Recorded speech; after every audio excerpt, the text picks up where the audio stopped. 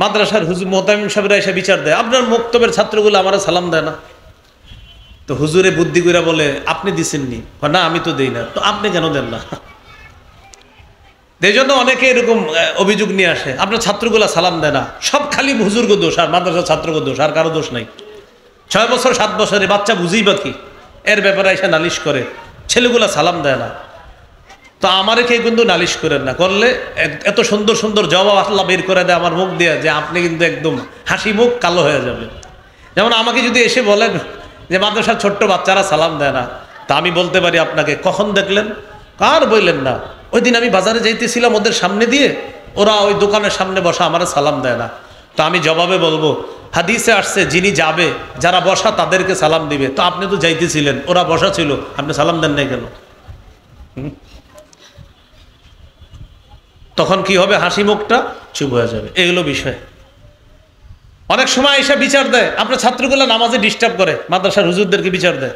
তো ছোট মানুষ, 6-7 বছর বয়স, ওরা একটু দুষ্টামি করতেই পারে। আমার কাছে কেউ বললে আমি বলি, আপনি দেখলেন কিভাবে ও যে দুষ্টামি করে নামাজে? আর বললেন না, সামনের কাতারে ওই কোনায় ও দুষ্টামি করতেছে, তো আপনি এখানে মনে করেন। আমি তখন আমাদের মাদ্রাসায় হেদায়েতুন নাহু জামাতে পড়ি মিরপুরে। এক ভাই সত্যি সত্যি মুসলিম বাজার মসজিদ, বিশাল বড় মসজিদ, এক ছাত্রের ব্যাপারে উনি চিল্লাচিল্লি শুরু করছে, এই ছেলেটা ডিস্টার্ব করে। তো উনি যেখানে দাঁড়াইছে আর ছাত্রটা দুষ্টামি করছে ওই কোনায়। এখন নামাজে বলেন উনি এখান থেকে ওই কোনায় কিভাবে দেখছে? উনি এইখানে, ছাত্র দুষ্টামি করছে ওই কোনায়, তাও কোনো আওয়াজের দুষ্টামি না, যে আওয়াজ হয়েছে এজন্য হয়তো কান গেছে, আওয়াজ না, হয়তো ও ওখানে হাত এরকম এরকম করছে, কিছু একটা করছে। তো উনি বলতেছে খালি ডিস্টার্ব করে। আমি বললাম ঠিক আছে, আপনি দেখলেন কিভাবে? ও যে দুষ্টামিটা করলো এটা দেখলেন কিভাবে? ওর অপরাধ আপনি দেখলেন কিভাবে? হাসি মুখ কালো হয়ে যায়। এজন্য আমি আপনাদেরকে বলছি, সালাম আমরাই আগে দিব, অহংকার থেকে মুক্ত থাকার জন্য। বলেন ইনশাআল্লাহ।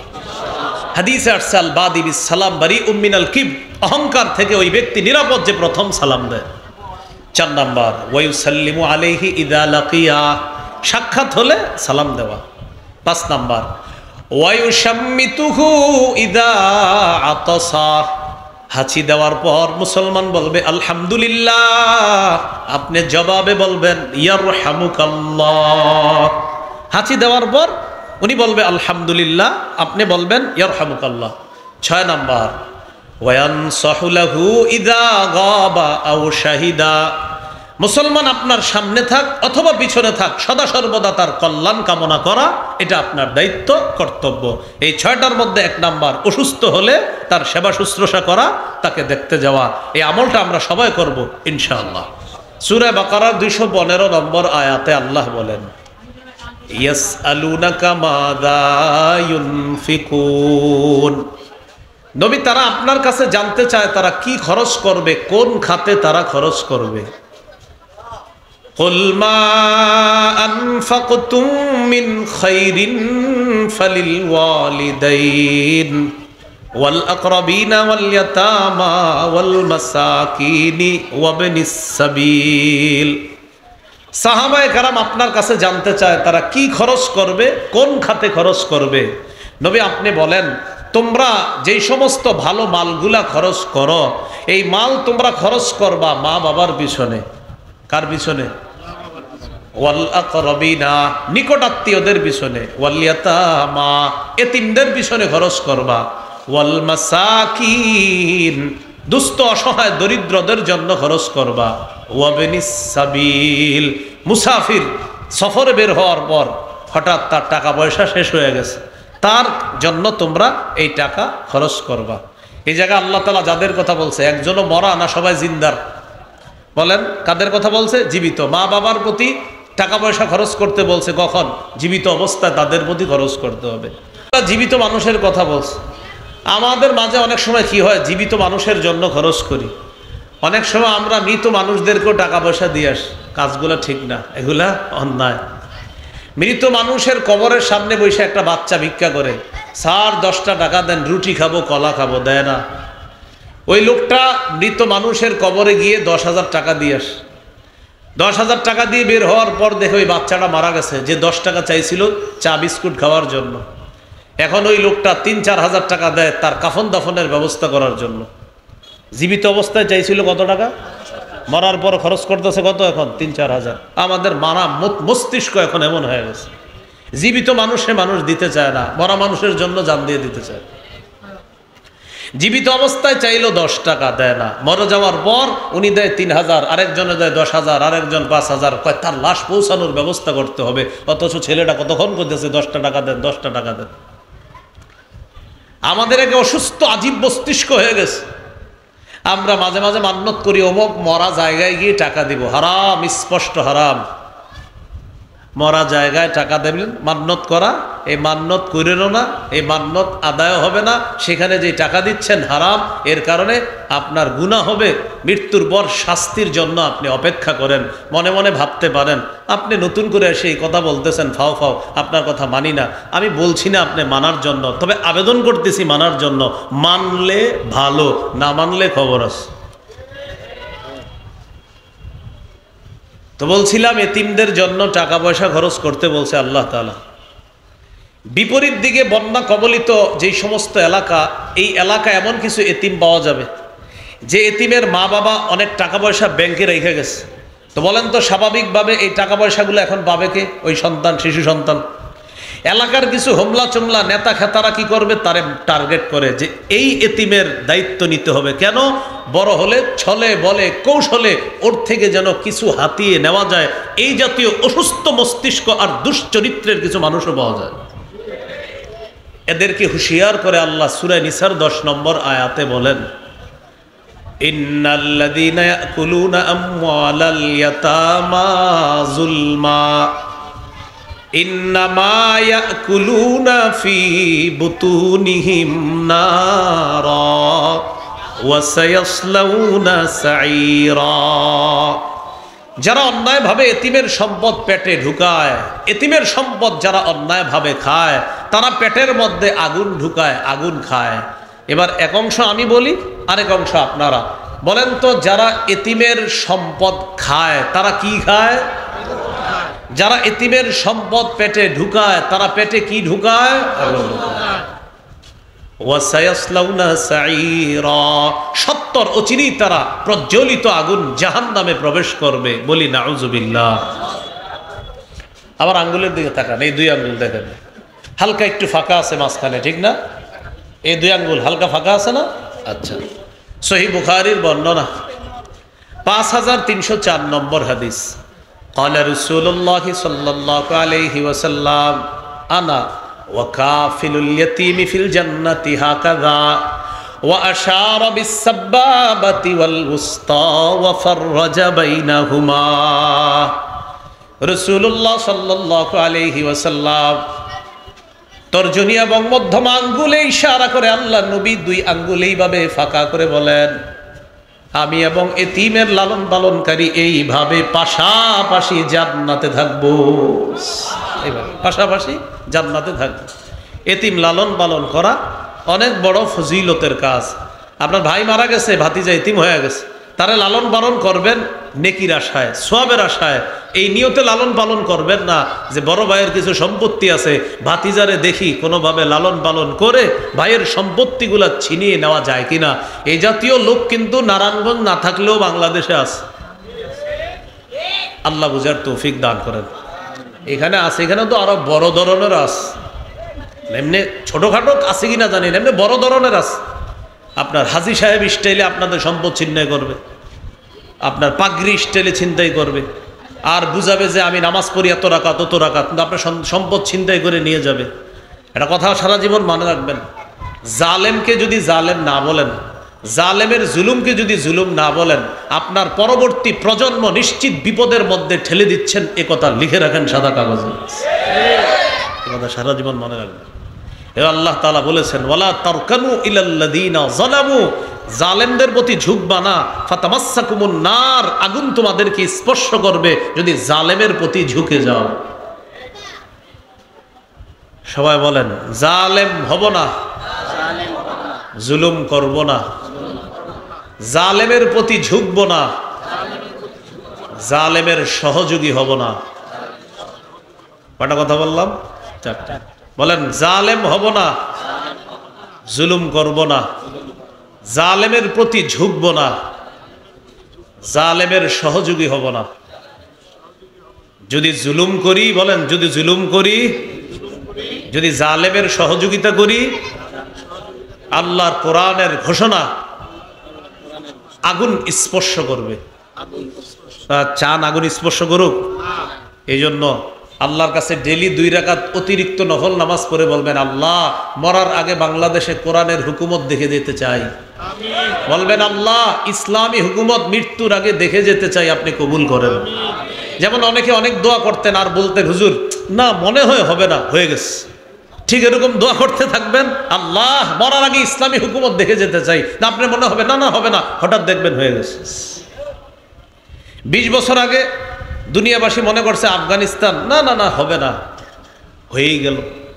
হয়ে যাওয়ার পর গত 3 বছরে আফগানিস্তান সারা দুনিয়াবাসীরে বুঝাইয়া দিছে তোমাদেরকে গোনার টাইম নাই। কিসের টাইম নাই? অমুক দেশ কয় তাদেরকে স্বীকৃতি দিব না, আফগানিস্তান কয় তো সমস্যা কি, দিও না। অমুক দেশ কয় তোমাদের ওটা বন্ধ করে দিব, আফগানিস্তান কয় সমস্যা নেই। গত বছর সারা পৃথিবীতে মাঝে মাঝে আফগানিস্তানের মুদ্রার অবস্থান 3-3-এ এসে গেছে, 3-3। সারা দুনিয়া কি বলে, তোমারে সমর্থন করব না, তোমার পাশে থাকবো না। আফগানিস্তান কয় কিচ্ছু লাগবে না, তোমরা থাকা লাগবে না, আল্লাহ থাকলে হবে। আল্লাহ কথাগুলা বুঝার তৌফিক দান করেন।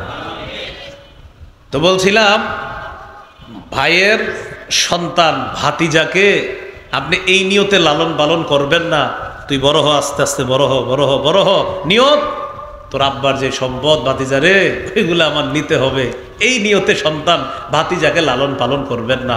ইখলাসের সাথে লালন পালন করবেন, নবীর পাশাপাশি জান্নাতে থাকবেন। মুসনাদে আহমদের বর্ণনা 1905 নম্বর হাদিস, قال رسول الله صلى الله عليه وسلم من ضم يتيما بين أبوين مسلمين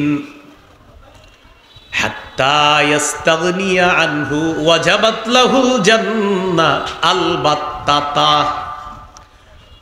রাসূলুল্লাহ সাল্লাল্লাহু আলাইহি ওয়াসাল্লাম বলেন, কোন ব্যক্তি যদি এমন কোন এতিম লালন পালন করে যে এতিম তার মুসলিম বাবাকে হারিয়েছে, মুসলিম মাকে হারিয়েছে, কোন ব্যক্তি যদি এমন এতিমকে লালন পালন করে যেই এতিম সন্তান তার মুসলিম বাবাকে হারিয়েছে, মুসলিম মাকে হারিয়েছে, আল্লাহ নবী বলেন কতদিন লালন পালন করবা, যতদিন সে সামর্থ্যবান না হয়, স্বাবলম্বী না হয়, ততদিন যদি তুমি এমন কোন এতিমকে লালন পালন করতে পারো, ওয়াজাবাত লাহুল জান্নাহ আলবাত্তাতা, নবী বলেন অবধারিতভাবে তার জন্য জান্নাত ওয়াজিব হয়ে যায়।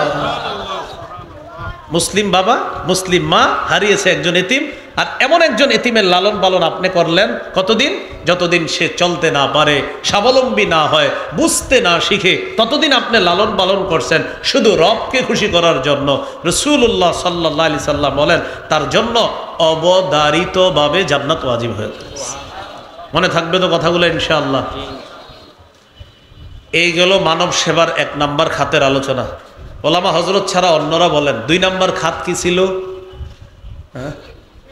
মাশাআল্লাহ, বিধবাদেরকে সহায়তা প্রদান করা। কারে সহায়তা প্রদান করা? বিধবা।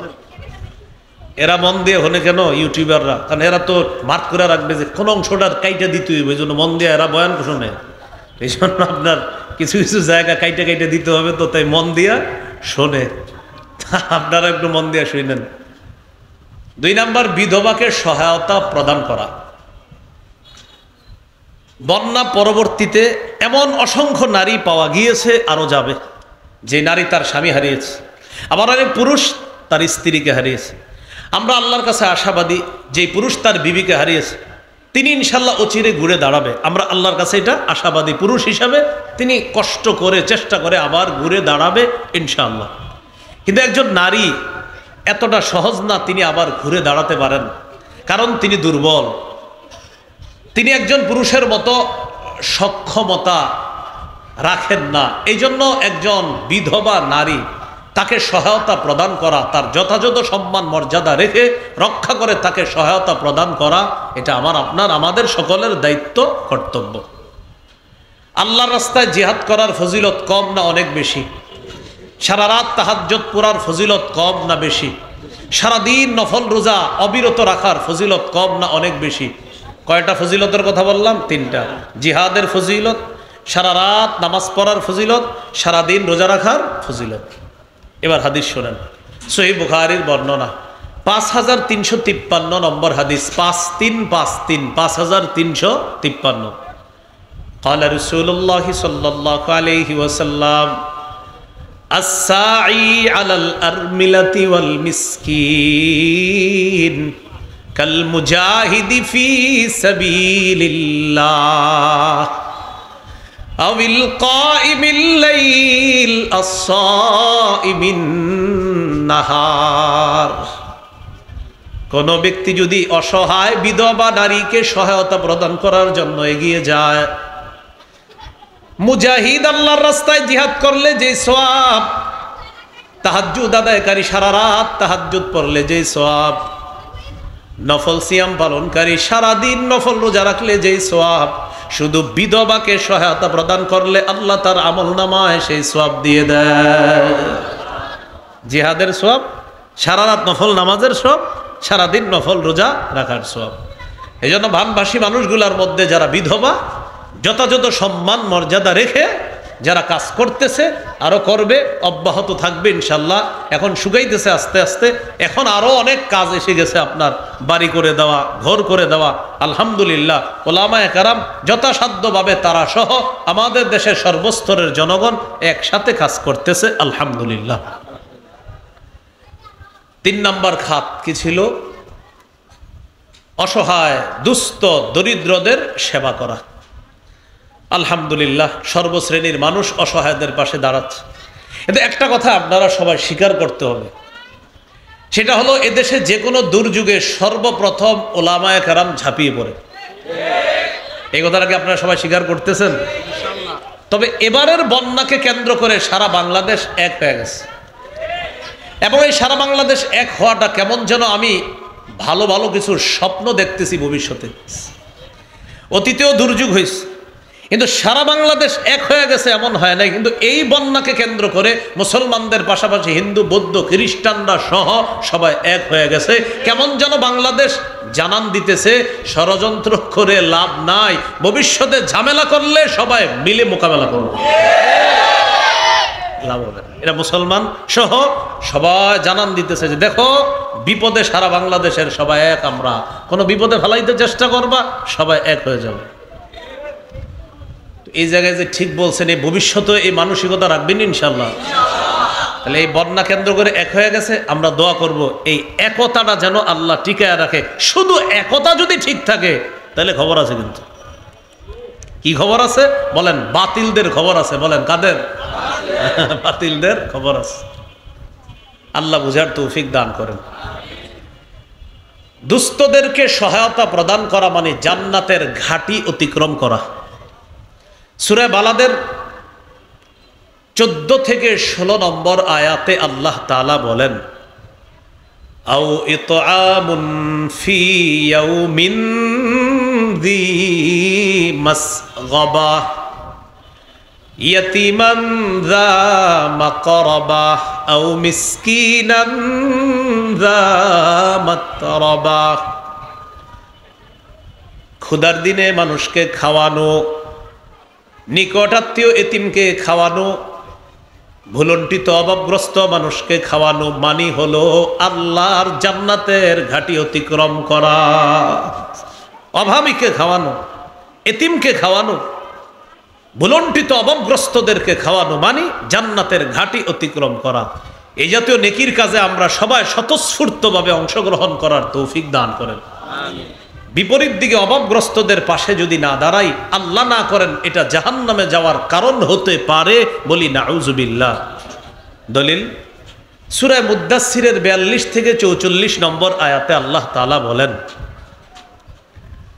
জান্নাতীরা জাহান্নামীদেরকে প্রশ্ন করবে। কারা? জান্নাতীরা জাহান্নামীদেরকে প্রশ্ন করবে, মা সালাকাকুম ফি সাকার। আচ্ছা, তোমাদেরকে কোন জিনিস জাহান্নামে প্রবেশ করালো? জাহান্নামে আসার কারণ কি? কি অপরাধ করছো তোমরা? জাহান্নামী মানুষগুলা জবাব দিবে, ক্বালু লাম নাকু মিনাল মুসাল্লিন, আমরা নামাজ পড়তাম না। ওয়া লাম নাকু নুতঈমুল মিসকিন, অসহায় ক্ষুধার্ত মানুষদেরকে আমরা খাওয়াইতাম না, দুস্থ মানুষদেরকে খাওয়াতাম না। সহিহ বুখারীর বর্ণনা 12 নম্বর হাদিস, আন্না রাজুলান সাআলান নাবিয়্যা সাল্লাল্লাহু আলাইহি ওয়াসাল্লাম আইয়ুল ইসলামি খায়রুন ইয়া রাসূলুল্লাহ। এক ব্যক্তি রাসূলুল্লাহ সাল্লাল্লাহু আলাইহি সাল্লামকে জিজ্ঞাসা করলেন, ইসলামের কোন রীতিনীতি সবচেয়ে উত্তম? فقال رسول الله صلى الله عليه وسلم تطعم الطعام, ক্ষুধার্তকে খাবার খাওয়ানো, এটা ইসলামের শ্রেষ্ঠ রীতিনীতির অন্তর্ভুক্ত হয়ে যায়। ক্ষুধার্তকে খাবার খাওয়ানো। আলেমদেরকে আপনারা দাওয়াত দিয়ে কত আইটেম করেন, 15-20, হ্যাঁ, কত আইটেম করি আমরা আলেমদেরকে দাওয়াত দিই, অথবা কোটিপতি আত্মীয় স্বজনকে দাওয়াত দিই, কত আইটেম করি। ছেলের বিয়ে মেয়ের বিয়েতে তাদেরকে দাওয়াত দিয়ে কত আইটেম করি। ক্ষুধার্ত মানুষকে দাওয়াত দিয়ে খাওয়াইছেন এমন কয়জন পাওয়া যাবে সমাজে বলেন? যে আপনি কানে কানে একজন গরিবকে বললেন, আগামী শুক্রবার জুমার নামাজের পর তুমি তোমার পরিবার নিয়ে আমার বাসায় আসবা, তোমার দাওয়াত। তো ওই গরিব মানুষটা মনে করবে কি, যে উনি মনে হয় দরজার মধ্যে বসায় কিছু খাওয়াই দিবে। সাধারণত তো এটাই মনে করে, কারণ আপনি তো তাকে সাধারণত দরজায় বসায় হয়তো মাঝে মাঝে 1 প্লেট ভাত দিয়েছেন, ভাতের সাথে মাছ গোস্ত দিয়ে দিচ্ছেন, নাও না এখানে বসে খায় বলো। গরিবকে মাঝে মাঝে কানে কানে বলবেন, আগামী শুক্রবার জুমার পর তোমার পরিবার সহ আমার বাসায় দাওয়াত। কেমন দাওয়াত? আমারে দাওয়াত দিবে, যেমন ভাবে দাওয়াত দিবেন ঠিক তাকে এইভাবে দাওয়াত দিবেন। আপনি কোটিপতি আত্মীয়কে যেভাবে দাওয়াত দিতেন তাকে এইভাবে দাওয়াত দিয়ে তাদেরকে যেখানে বসায় খাওয়াইতেন তাকেও সেখানে বসায় খাওয়াবেন। বিশ্বাস করেন, এই হঠাৎ খুশি হয়ে যাওয়াতে আপনার জন্য জান্নাত ওয়াজিব হয়ে যাবে। উনি তো কল্পনা করতে পারবে না, এত ধনী মানুষ আমাকে দাওয়াত দিয়া তার ঘরে ওই জায়গায় বসাইছে যেখানে অন্যদেরকে বসায়। তো বলছিলাম ভাই, আমরা সমাজে না আলেমদেরকে বা কোটিপতিদেরকে বা আত্মীয়দেরকে খাওয়ানোর প্রচুর লোক আছে, ক্ষুধার্ত মানুষকে খাওয়ানোর লোক কয়জন পাওয়া যাবে বলেন? এই জন্য ক্ষুধার্ত মানুষকে খাওয়ানো এটা ইসলামের শ্রেষ্ঠ রীতিনীতির অন্তর্ভুক্ত। আল্লাহ এই আমলটা আমাদেরকে বেশি করার তৌফিক দান করেন। বলেন যে থাক, যাওয়া রয়েছে, থামতে পারেন, সমস্যা নেই, সমস্যা নেই। মাইকে ডিস্টার্ব হচ্ছে? আচ্ছা, হ্যাঁ, না না না, সমস্যা নেই, সমস্যা নেই, সমস্যা নেই, সমস্যা নেই।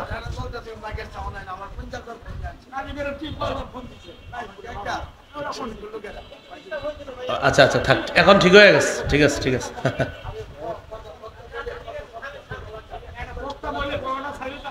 হ্যাঁ হ্যাঁ হ্যাঁ, ঠিক আছে, ঠিক আছে। আচ্ছা আচ্ছা আচ্ছা, ঠিক আছে, আচ্ছা আচ্ছা।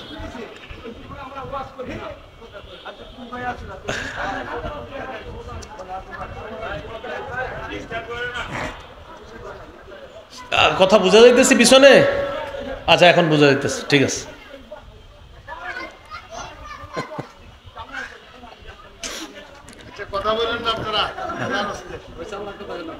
তো আমরা আলোচনায় ছিলাম কোনটা? 3 নম্বর খাত, দুস্থ অসহায় মানুষদের খাবার খাওয়ানো, তাদের খাদ্য ইত্যাদির ব্যবস্থা করে দেওয়া।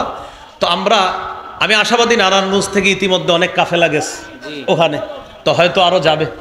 তো যাই হোক, গিয়েছে, বা আপনারা এখান থেকেও তাদের জন্য কিন্তু সহযোগিতা পাঠাতে পারেন। আল্লাহ তৌফিক দান করেন। 4 নম্বর খাত, মানব সেবার। সুস্থ আমরা যারা আছি, আমাদের দায়িত্ব কর্তব্য হলো অসুস্থ মানুষের সেবা নিশ্চিত করা। বন্যা পরবর্তী সময় এমন অনেক মানুষ পাওয়া যাবে যারা 8 দিন 10 দিন বাহিরে আসতে পারে নাই, কোথাও যাইতে পারে নাই, অসুস্থ হয়ে গেছে, হসপিটালে যাইতে পারে নাই। এই তাদের সেবা নিশ্চিত করা এটা দায়িত্ব কর্তব্য। আপাতত 4টা বিষয়ে খুব খেয়াল করতে হবে: খাদ্য, বস্ত্র, বাসস্থান, স্বাস্থ্য। খাদ্য, বস্ত্র, বাসস্থান, স্বাস্থ্য, এই 4টা বিষয়ে খুব গুরুত্ব দিতে হবে তাদের জন্য। তো বলছিলাম স্বাস্থ্য সেবা। তিরমিজির বর্ণনা 2737 নম্বর হাদিস, 2737। قال رسول الله صلى الله عليه وسلم للمؤمن على المؤمن 6 خصال। রাসূলুল্লাহ সাল্লাল্লাহু আলাইহি সাল্লাম বলেন, একজন মুমিনের উপর আরেক মুমিনের জন্য 6টি হক আছে। বলেন তো, আপনাদের জন্য আমার উপর কয়টি হক? 6টি। আপনাদের উপর আমার জন্য কয়টি হক? 6টি। এক নম্বর, ইয়াউদুহু ইদা মারিদ, যখন কোনো মুমিন মুসলমান অসুস্থ হবে তাকে দেখতে যাওয়া। 2 নম্বর, ওয়াশহাদুহু ইদা মাতা, কোনো মুসলমান মারা গেলে তার কাফন দাফনে অংশগ্রহণ করা। 3 নম্বর, ওয়ায়ুজিবুহু ইদা দাআ, দাওয়াত দিলে তার দাওয়াত গ্রহণ করা। ওজোর না থাকলে দাওয়াত গ্রহণ করা, ওজোর থাকলে ভিন্ন কথা, ওনার ওজোর থাকতে পারে, তো ওজোর না থাকলে কোনো মুসলমান দাওয়াত দিলে দাওয়াত গ্রহণ করা। এখানে একটা বিষয় ক্লিয়ার করে দেওয়া দরকার।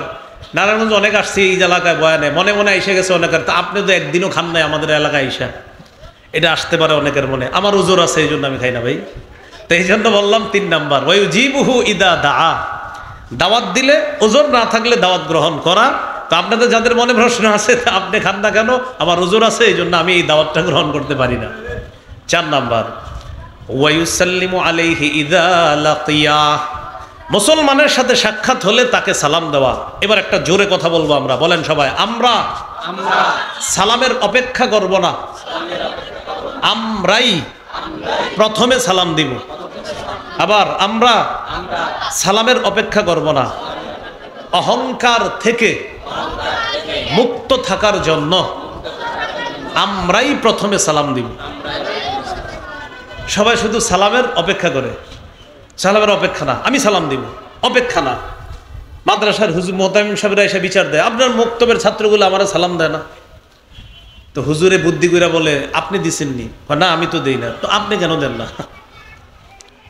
এই জন্য অনেকে এরকম অভিযোগ নিয়ে আসে, আপনার ছাত্রগুলা সালাম দেয় না। সব খালি হুজুরকে দোষ আর মাদ্রাসার ছাত্রকে দোষ, আর কারো দোষ নাই। 6 বছর 7 বছরে বাচ্চা বুঝেই বা কি, এর ব্যাপারে এসে নালিশ করে, ছেলেগুলা সালাম দেয় না। তো আমারে কে কিন্তু নালিশ করেন না, করলে এত সুন্দর সুন্দর জবাব আল্লাহ বের করে দেয় আমার মুখ দিয়ে, যে আপনি কিন্তু একদম হাসি মুখ কালো হয়ে যাবে। যেমন আমাকে যদি এসে বলেন যে মাদ্রাসার ছোট্ট বাচ্চারা সালাম দেয় না, তা আমি বলতে পারি আপনাকে, কখন দেখলেন? কার বললেন না? ওই দিন আমি বাজারে যাইতেছিলাম ওদের সামনে দিয়ে, ওরা ওই দোকানের সামনে বসা, আমার সালাম দেয় না। তো আমি জবাবে বলবো, হাদিসে আসছে যিনি যাবে, যারা বসা তাদেরকে সালাম দিবে। তো আপনি তো যাইতেছিলেন, ওরা বসা ছিল, আপনি সালাম দেন নাই কেন? তখন কি হবে? হাসি মুখটা চুপ হয়ে যাবে। এগুলো বিষয়। অনেক সময় এসে বিচার দেয়, আপনার ছাত্রগুলো নামাজে ডিস্টার্ব করে, মাদ্রাসার হুজুরদেরকে বিচার দেয়। তো ছোট মানুষ, 6-7 বছর বয়স, ওরা একটু দুষ্টামি করতেই পারে। আমার কাছে কেউ বললে আমি বলি, আপনি দেখলেন কিভাবে ও যে দুষ্টামি করে নামাজে? আর বললেন না, সামনের কাতার ওই কোনায় ও দুষ্টামি করতেছে, তো আপনি এখানে মনে করেন। আমি তখন আমাদের মাদ্রাসায় হেদায়েতুন নাহু জামাতে পড়ি মিরপুরে। এক ভাই সত্যি সত্যি মুসলিম বাজার মসজিদ, বিশাল বড় মসজিদ, এক ছাত্রের ব্যাপারে উনি চিল্লাচিল্লি শুরু করছে, এই ছেলেটা ডিস্টার্ব করে। তো উনি যেখানে দাঁড়াইছে আর ছাত্রটা দুষ্টামি করছে ওই কোনায়। এখন নামাজে বলেন উনি এখান থেকে ওই কোনায় কিভাবে দেখছেন? উনি এইখানে, ছাত্র দুষ্টামি করছে ওই কোনায়, তাও কোনো আওয়াজের দুষ্টামি না যে আওয়াজ হয়েছে এজন্য হয়তো কান গেছে, আওয়াজ না, হয়তো ও ওখানে হাত এরকম এরকম করছে, কিছু একটা করছে। তো উনি বলতেছে খালি ডিস্টার্ব করে। আমি বললাম ঠিক আছে, আপনি দেখলেন কিভাবে? ও যে দুষ্টামিটা করলো এটা দেখলেন কিভাবে? ওর অপরাধ আপনি দেখলেন কিভাবে? হাসি মুখ কালো হয়েছে। এজন্য আমি আপনাদেরকে বলছি, সালাম আমরাই আগে দিব, অহংকার থেকে মুক্ত থাকার জন্য। বলেন ইনশাআল্লাহ। হাদিসে আসছে, আল বাদি বিস সালাম বারিউম মিনাল কিব, অহংকার থেকে ওই ব্যক্তি নিরাপদ যে প্রথম সালাম দেয়। 4 নাম্বার, ওয়ায়ুসাল্লিমু আলাইহি ইদা লাকিয়া, সাক্ষাৎ হলে সালাম দেওয়া। 5 নাম্বার, ওয়ায়ুশাম্মিতুহু ইদা আতাসা, হাঁচি দেওয়ার পর মুসলমান বলবে আলহামদুলিল্লাহ, আপনি জবাবে বলবেন ইয়ারহামুকাল্লাহ। হাঁচি দেওয়ার পর উনি বলবে আলহামদুলিল্লাহ, আপনি বলবেন ইয়ারহামুকাল্লাহ। 6 নাম্বার, ওয়ানসাহু লাহু ইদা গাবা আও শাহিদা, মুসলমান আপনার সামনে থাক অথবা পিছনে থাক, সদা সর্বদা তার কল্যাণ কামনা করা, এটা আপনার দায়িত্ব, কর্তব্য। এই 6টার মধ্যে 1 নাম্বার, অসুস্থ হলে তার সেবা শুশ্রূষা করা, তাকে দেখতে যাওয়া। এই আমলটা আমরা সবাই করব ইনশাআল্লাহ। সহিহ বুখারীর বর্ণনা, 5373 নম্বর হাদিস। এই হাদিসে 3টি হুকুম দিছে রাসূলুল্লাহ সাল্লাল্লাহু আলাইহি ওয়াসাল্লাম। قال رسول الله صلى الله عليه وسلم أطعم الجائع وعود المريض وفك العانية, রাসূলুল্লাহ সাল্লাল্লাহু আলাইহি সাল্লাম বলেন, তোমরা ক্ষুধার্ত ব্যক্তিকে খাওয়াও, ওয়াউদুল মারিদ, অসুস্থ ব্যক্তির সেবা শুশ্রূষা করো। 3 নম্বর, ওয়াফুকুল আনিয়া, যারা নিরপরাধ তাদেরকে জেলখানা থেকে ছুটানোর ব্যবস্থা করো। যারা নিরপরাধ, এমন মানুষ পাবেন জেলে আপনি, ও 15 বছর 12 বছর জেলে, জিজ্ঞেস করবেন কেন, ও বলবে আমি নিজেও জানি না। এই কথার কথা যদি এই দেশে থাকে, খোঁজ নিয়ে দেখেন আপনি, যদি থাকে, এরকম থাকলে আপনি বলবেন বুখারীতে আসছে রাসূল সাল্লাল্লাহু আলাইহি সাল্লাম বলেন, নিরপরাধ মানুষকে ছুটানোর ব্যবস্থা করো। এটা হলো রাসূল সাল্লাল্লাহু আলাইহি সাল্লামের দিক নির্দেশনা। জান্নাতের ফল বাগানের ফল কারা কারা খাইতে চাই? আমি খাইতে চাই, বলেন ইনশাআল্লাহ। আপনার রাসূলুল্লাহ সাল্লাল্লাহু আলাইহি সাল্লাম কি বলে দেখেন, সহিহ মুসলিম 2568 নম্বর হাদিস, 2568। قال رسول الله صلى الله عليه وسلم من عاد مريضا لم يزل في غرفة الجنة حتى يرجع। কোন মুসলমান যদি অন্য কোন মুসলমানকে দেখতে যায়, রোগীর সেবা শুশ্রূষা করতে যায়, আল্লাহ নবী বলেন ওই ব্যক্তি ফিরে আসার আগ পর্যন্ত জান্নাতের ফল বাগানের মধ্যে ফল আহরণ করে বেড়ায়। রোগী দেখতে গেছেন তো দেখা আসার আগ পর্যন্ত কেমন যেন জান্নাতের ফল বাগানে ছিলেন, এর মানে নবী বুঝাই আমল করলে মরার পর জান্নাতের ফল বাগানে ফল আহরণ করতে থাকবে। এখন মানুষ রোগী দেখতে যায় না, 2 কেজি মালটা নেওয়া লাগবে, এই জন্য রোগী দেখতে যায় না। আপনি মালটা নেওয়া লাগবে না, এমনি দেখতে যান, গিয়ে একটু বললেন আল্লাহ তোমারে সুস্থ করুক, আল্লাহ তোমারে ভালো রাখুক, এতটুকু তো বলতে পারবেন, এইটুকু করেন। আল্লাহ কথাগুলো আমল করার তৌফিক দান করেন। কিয়ামতের ময়দানে আল্লাহ তাআলা বলবেন আমি অসুস্থ, তুমি আমারে দেখতে আসো নাই। আল্লাহ বলবে কিয়ামতের মাঠে। সহিহ মুসলিমের 2569 নম্বর হাদিস। এই হাদিসের মধ্যে আছে, قال رسول الله صلى الله عليه وسلم يقول الله يوم القيامة يا ابن آدم مرضت فلم تعدني। আল্লাহ তাআলা বলবেন হে আদম সন্তান, আমি অসুস্থ হলাম, তুমি আমাকে দেখতে আসো নাই, আমার সেবা শুশ্রূষা করো নাই। কে বলবে? বলেন কে বলবে? আবার কে বলবে? বান্দা বলবে কাইফা আউদুকা ওয়া আনতা রাব্বুল আলামিন। আল্লাহ আপনি না বিশ্ব জগতের রব, আপনি কি অসুস্থ হননি? আপনি তো বিশ্ব জগতের রব, আপনি তো অসুস্থ হন না, আপনাকে আবার কি সেবা শুশ্রূষা করব? আল্লাহ তাআলা বলবেন আমা আলিমতা আন্না আবদি ফুলানান মারিদা ফালাম তাউদহু। তুমি কি জানতে না আমার অমুক বান্দা অসুস্থ হয়েছে, তুমি তাকে সেবা শুশ্রূষা করো নাই, তাকে দেখতে যাও নাই, তুমি জানো না এই কথা, তুমি কেন গেল না? আমা আলিমতা আন্নাকা লাউ উত্তাহু লাওয়াজাদতানি ইনদা। তুমি যদি অসুস্থ ব্যক্তিকে দেখতে যাইতা, তার সেবা শুশ্রূষা করতা, তার জন্য যদি দোয়া করতা, সেখানে গিয়ে 2-4টা দোয়া করে যদি তুমি চলে আসতা, সেখানে ওই রোগীর কাছে আমি আল্লাহকে তুমি পেয়ে যাইতা। তাহলে ভাই রোগী আল্লাহ তাআলা বলবে আমি অসুস্থ হয়েছি, তুমি দেখতে আসো নাই, উদ্দেশ্য হলো আমার বান্দা অসুস্থ হয়েছে, তুমি দেখতে যাও নাই। কথাগুলার গুরুত্ব অনুধাবন করার তৌফিক দান করেন। কয় নাম্বার গেল? মানব সেবার 5 নম্বর খাত প্রতিবেশীর খোঁজ খবর রাখা। তো বলছিলাম বানভাসী মানুষগুলা যারা এখন, তাদের কোটিপতি আত্মীয় স্বজন যারা আছে, আপাতত ওই প্রতিবেশীর খোঁজ নেওয়া তাদের খুবই দায়িত্ব, কর্তব্য। সহিহ বুখারীর 6015 নম্বর হাদিসের বর্ণনা, قال رسول الله صلى الله عليه وسلم ما زال جبريل يوصيني بالجار حتى ظننت أنه سيورثه। নবীজি বলেন জিবরিল আমিন আমাকে প্রতিবেশীর হক আদায় করতে এত বেশি বলছে, এত বেশি বলছে, এত বেশি বলছে। নবী আপনি প্রতিবেশীর হক আদায় করেন, নবী আপনি প্রতিবেশীর হক আদায় করেন, নবী আপনি প্রতিবেশীর হক আদায় করেন। নবীজি বলেন এত বেশি বলছে আমাকে, আমি ধারণা করে ফেললাম না জানি আল্লাহর পক্ষ থেকে জিবরিল আমিন আমাকে এসে এই কথা বলে ফেলে যে প্রতিবেশীকেও মিরাজ দিবেন। প্রতিবেশীকে কি দিবেন? যদিও প্রতিবেশীকে মিরাজ দিতে হবে না, কিন্তু নবীজি বলেন এত বেশি প্রতিবেশীর হক আদায় করতে বলছে, আমি টেনশনে পড়ে গেলাম, না জানি আল্লাহ কখন বলে ফেলে যে প্রতিবেশীকে মিরাজও দিবেন। এটা আল্লাহ কিন্তু বলে নাই, কিন্তু নবীজি বলেন এত বেশি আমাকে প্রতিবেশীর হক আদায় করতে বলছে। প্রতিবেশীর হক আদায় করবো তো ইনশাল্লাহ। 2 পাশে বাড়ি বানান না, যেমন আপনারা প্রতিবেশীর বাড়ি 1 তলা, আপনি বাড়ি বানাইছেন 6 তলা। রাসূলুল্লাহ সাল্লাল্লাহু আলাইহি সাল্লামের হাদিস প্রমাণ করে, তুমি যে 6 তলা বাড়ি বানায়া আমার উম্মতের বাতাস বন্ধ করলা, আমি নবী কিন্তু কাজটা পছন্দ করিনি। কি হইল বিষয়টা? জায়েজ আছে, আপনি 6 তলা বাড়ি বানানো জায়েজ আছে, কিন্তু নবীজি বলতেছেন তুমি বাড়ি বানাবা আমার উম্মতের বাতাস বন্ধ করবা, না না, বিষয়টা আমি নবীর ভালো লাগে নাই। তাহলে কি করবেন? আপনি বড় বাড়ি বানানোর আগে প্রতিবেশীর সাথে একটু কথা বলবেন, ভাইজান আমি তো একটা বাড়ি বানাবো, আমার 2-3টা সন্তান, 3-4 তলা করতে হবে, আপনার বাড়ি এখনো 1 তলা, আমার বাড়িটা 3 তলা করলে আপনার তো এই পাশের বাতাস বন্ধ হবে, আপনি অনুমতি দিলে বাড়ি বানাইতে পারি। উনি অবাক হবে, আশ্চর্য হবে, দোয়াও করবে। উনি জিজ্ঞাসা মনে আপনাকে জিজ্ঞাসা করবে, ভাইজান আপনার বাড়ি আপনি বানাবেন, আমার কাছে জিজ্ঞাসা করার কি আছে? তখন আপনি বলবেন, হাদিসে আসছে আমি বাড়ি বানানোর জন্য আপনার বাতাস বন্ধ না করি, তাই আপনার কাছ থেকে আগে থেকে মাপ চাইতে আসছি। উনি খুশি হবে, উনি দোয়া করবে, উনি বলবে আপনি বাড়ি বানান। তো এটা কিন্তু নাজায়েজ না, আপনি বাড়ি বানান জায়েজ আছে, কিন্তু নবীজি বলতেছেন যে তুমি বাতাস বন্ধ করবা, না না, বিষয়টা না আমার পছন্দ হয় নাই। তাহলে এটা কতটা গুরুত্বপূর্ণ কথা, আল্লাহ আমাদেরকে বোঝার তৌফিক দান করেন।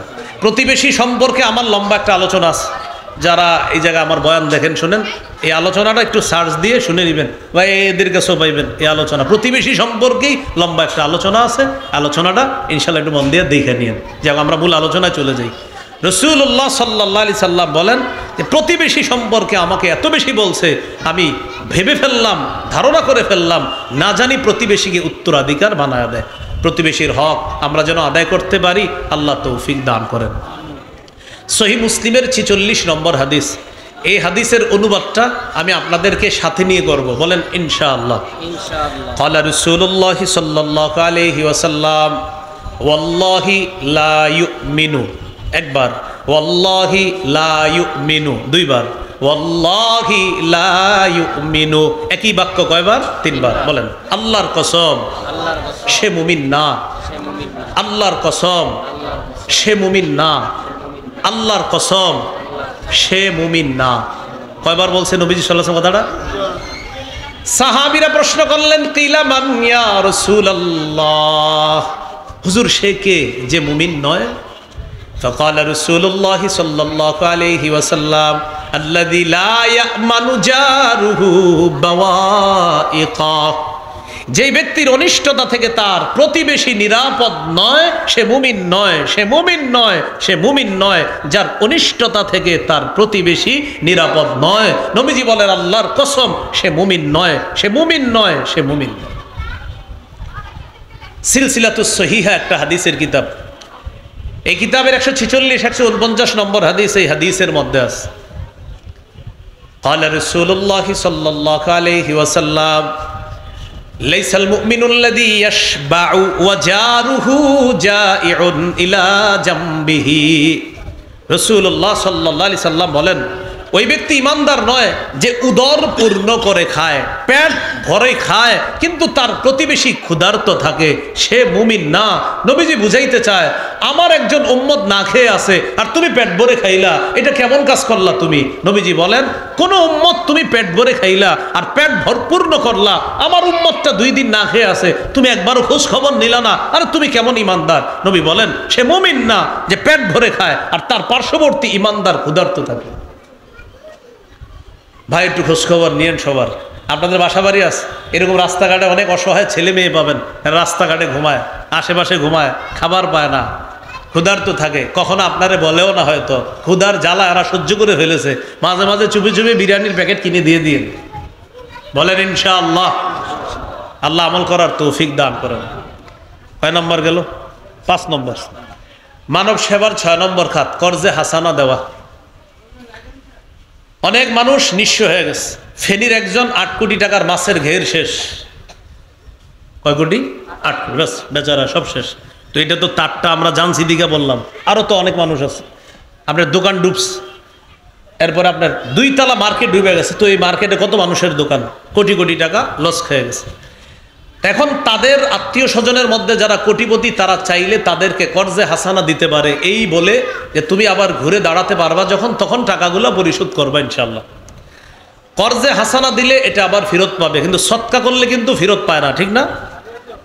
ইবনে মাজাহ 2430 নম্বর হাদিস, রাসূলুল্লাহ সাল্লাল্লাহু আলাইহি সাল্লাম বলেন, মামিন মুসলিমিন ইউকরিজু মুসলিমান কারজান মাররাতাইন ইল্লা কানা কা সাদাকাতিহা মাররাতান। কোন মুসলমান যদি অন্য কোন মুসলমানকে দুইবার কর্জে হাসানা দেয়, যেই কর্জে হাসানাটা সে আবার ফেরত পাবে, এই দুইবার কর্জে হাসানা দেওয়ার কারণে আল্লাহ তাকে একবার সৎকার না করেও সৎকার সওয়াব দিয়ে দিবে। আপনি কিন্তু সৎকার করেন নাই, দিছেন কর্জ, এটার সওয়াব সৎকার হিসাবে আল্লাহ আপনাকে দিবেন। এইগুলো কর্জে হাসানা। 7 নম্বর, ত্রাণ বিতরণ বা হাদিয়া বিতরণ করা। এটা আলহামদুলিল্লাহ চলতেছে। সহিহ মুসলিমের বর্ণনা 2699 নম্বর হাদিস, খুতবায় যে হাদিসটা পড়ছে, ক্বালা রাসূলুল্লাহ সাল্লাল্লাহু আলাইহি ওয়াসাল্লাম, মান নাফাসা আন মুমিনিন কুরবাতাম মিন কুরাবিদ দুনিয়া। কোন ব্যক্তি যদি কোন মুমিনের দুনিয়াবি একটা পেরেশানি দূর করে, বলেন কোন মুমিনের কি দূর করে? ভাই সবাই মন দিয়া মোহাম্মদের সাথে বলি, কি দূর করে? কোন দুনিয়াবি পেরেশানি দূর করে। কয়টা? একটা। বলেন কয়টা পেরেশানি? নাফাসাল্লাহু আনহু কুরবাতাম মিন কুরাবি ইয়াউমিল কিয়ামাহ। আল্লাহ তাআলা কিয়ামতের ময়দানে তার কঠিন একটা পেরেশানি দূর করে দিবেন। আবু দাউদের বর্ণনা 4946 নম্বর হাদিস, ক্বালা রাসূলুল্লাহ সাল্লাল্লাহু আলাইহি ওয়াসাল্লাম, মান ইয়াসসারা আলা মু'সিরিন ইয়াসসারাহুল্লাহু আলাইহি। কেউ যদি অভাবগ্রস্ত, কঠিন বিপদগ্রস্ত কোনো মানুষকে সহজ করে দেয়, তার পাশে দাঁড়ায়। আপনি একজনের ঋণ দিয়েছেন, ঘটনাচক্রে যারে ঋণ দিয়েছেন উনি বন্যার মধ্যে পড়ে গেছে, এখন এই বন্যার পরে ঋণ আদায় করার কথা, আপনি তো গত 10 দিন এর খবরই পান নাই। এখন আপনি বলেন তো, মানুষ হিসাবে কি তার কাছ থেকে এখন ঋণ চাওয়াটা ঠিক হবে? বরং তাকে বলা, ভাইজান আমি বুঝতেছি আপনি বিপদে আছেন, আপনি ইনশাল্লাহ আবার ঘুরে দাঁড়ান, ব্যবসাটা আবার চালু করেন, কন্টিনিউ করেন, 5-6 মাস পরে আমার টাকাটা দিয়ে দিয়েন। এই যে তাকে আপনি একটু সুযোগ করলেন, সহজ করে দিলেন, একটা বিপদগ্রস্ত মানুষের একটা কঠিন বিষয় আপনি সহজ করে দিলেন, কিয়ামতের ময়দানে কঠিন বিপদ আল্লাহ সহজ করে দিলেন। 8 নাম্বার, শরণার্থীদেরকে আশ্রয় দেওয়া। আলহামদুলিল্লাহ মসজিদ মাদ্রাসায় তালাশ করেন, শিশু পাবেন, নারী পাবেন, মুসলিম পাবেন, হিন্দু পাবেন, বৌদ্ধ খ্রিস্টানদেরকেও মসজিদে পাবেন, মাদ্রাসায় পাবেন। এটা কি প্রমাণ করে? ইসলাম যদি রাষ্ট্র ধর্ম হয়ে যায়, আর রাষ্ট্রে যদি ইসলাম কায়েম হয়ে যায়, মুসলমানও শান্তিতে থাকবে, অন্য ধর্মের মানুষও শান্তিতে থাকবে। বুঝে ঠিক না? না বুঝে? কিন্তু আমি যে ওয়াজটা করে গেলাম এটা এখানে রাখলে হবে না, আপনি হেঁটে হেঁটে প্রত্যেককে বলতে হবে, ভাই ইসলাম যদি কায়েম হয়ে যায় তুমিও শান্তিতে থাকবা, আমিও থাকবো। রিক্সাওয়ালারে বলবেন, ভাই দোয়া করবা ইসলাম যেন কায়েম হয়, তুমিও শান্তিতে থাকবা, আমিও শান্তিতে থাকবো, হিন্দুও শান্তিতে থাকবে, অন্য ধর্মের মানুষগুলাও শান্তিতে থাকবে। আপনার হিন্দু কলিগ আছে অফিসে চাকরি করে, তাকেও বুঝান, ভাই ইসলাম কায়েম হলে তুমিও ভালো থাকবা, আমিও ভালো থাকবো। আল্লাহ কথাগুলা বেশি বেশি প্রচার করার তৌফিক দান করেন। তো তাদের প্রতি দয়া প্রদর্শন করা। আবু দাউদের 4941 নম্বর হাদিস, ক্বালা রাসূলুল্লাহ সাল্লাল্লাহু আলাইহি ওয়াসাল্লাম, ইরহামু মান ফিল আরদ ইয়ারহামকুম মান ফিস সামা। দুনিয়াবাসীর প্রতি দয়া করো, আসমান ওয়ালা তোমাদের প্রতি দয়া করবে। সহিহ বুখারীর 7273 নম্বর হাদিস, ক্বালা রাসূলুল্লাহ সাল্লাল্লাহু আলাইহি ওয়াসাল্লাম, লা ইয়ারহামুল্লাহ মান লা ইয়ারহামুন নাস। যে মানুষের প্রতি দয়া করে না, আল্লাহ তার প্রতি দয়া করে না। আমরা বেশি থেকে বেশি তাদের প্রতি অনুগ্রহ যেন প্রদর্শন করতে পারি, আল্লাহ তৌফিক দান করেন। 9 নম্বর খাত, স্বেচ্ছায় সুস্থ শরীরে রক্ত দেওয়া। একজন মানুষকে যদি আপনি রক্ত দেওয়ার কারণে তার জীবন বেঁচে যায়, সারা দুনিয়ার মানুষকে বাঁচানোর সওয়াব পাবেন। সূরা মাইদার 32 নম্বর আয়াত, মান আহইয়াহা ফাকান্নামা আহইয়ান নাসা জামিআ। কেউ যদি একজন নিরপরাধ মানুষের জীবন বাঁচায়, আল্লাহ তাআলা তার জন্য কোরআনে ঘোষণা করেন, কেউ যদি একটা মানুষের জীবন বাঁচায়, কেমন যেন সে সারা পৃথিবীর মানুষের জীবন বাঁচায়। বিপরীত দিকে কেউ যদি একটা নিরপরাধ মানুষকে হত্যা করে, ফাকান্নামা কাতালান নাসা জামিআ, সে কেমন যেন সারা পৃথিবীর মানুষকে হত্যা করে। হত্যা, নৃশংসতা থেকে আমাদের এই দেশ দেশের মানুষকে আল্লাহ হেফাজত করেন। 10 নম্বর, সমাজ কল্যাণমূলক কাজ করা। এটা এলাকা মাশাআল্লাহ, এই যে সামাজিক যুব সমাজ যারা, এরা শুধু মাহফিলই করে না, এরা সমাজের ওরা অন্য অন্য অনেক কাজ করে, ভালো ভালো কাজ। তো এই কাজগুলা বর্তমানে তাদের পাশেও এটা করা যায়। এটা সাংগঠনিকভাবে হতে পারে, একাও হতে পারে। বলছিলাম বর্তমানে সাংগঠনিকভাবে করা এটাই উত্তম। এর সবচাইতে শ্রেষ্ঠ দৃষ্টান্ত হলো 25 বছর বয়সে মুহাম্মদুর রাসূলুল্লাহ সাল্লাল্লাহু আলাইহি সাল্লাম 25 বছর বয়স থেকেই রাসূল সাল্লাল্লাহু আলাইহি সাল্লাম মানবিক যেই সমস্ত কাজগুলো আছে, মানবতার সেবা, অসহায় মানুষদের পাশে দাঁড়ানো, বিধবাদের পাশে দাঁড়ানো, যারা ক্ষুধার্ত তাদের পাশে দাঁড়ানো, যারা বোঝা বহন করতে পারে না তাদের বোঝা বহন করা, যাদের পোশাক নাই তাদের পোশাকের ব্যবস্থা করে দেওয়া। আমাদের নবী নবুয়তের প্রকাশ ঘটানোর আগে থেকেই এই সামাজিক কাজগুলা আল্লাহ রসুল করতেন। সেই ধারাবাহিকতায় এখনো আমরা করছি, করব। যতদিন আমরা হায়াতে থাকব, মুসলমান কখনো আমরা কারো অশান্তি কামনা করব না। আমরা সবার শান্তি কামনা করে আল্লাহকে বলবো, আল্লাহ আমাদের এই দেশটা যেন পরিপূর্ণ শান্তিতে চলে আসে, এই জন্য এই দেশে আপনি ইসলামী হুকুমত চালু করে দেন। আল্লাহ তাআলা আমাদের সকলেরই মনের নেক বাসনাগুলা যেন পূরণ করেন। সুবহানাল্লাহি ওয়া বিহামদিহি, সুবহানাকাল্লাহুম্মা ওয়া বিহামদিকা, আশহাদু আল্লা ইলাহা ইল্লা আনতা আস্তাগফিরুকা ওয়া আতুবু ইলাইক। আমিন ওয়া আখিরু দাওয়ানা আলহামদুলিল্লাহি রাব্বিল আলামিন।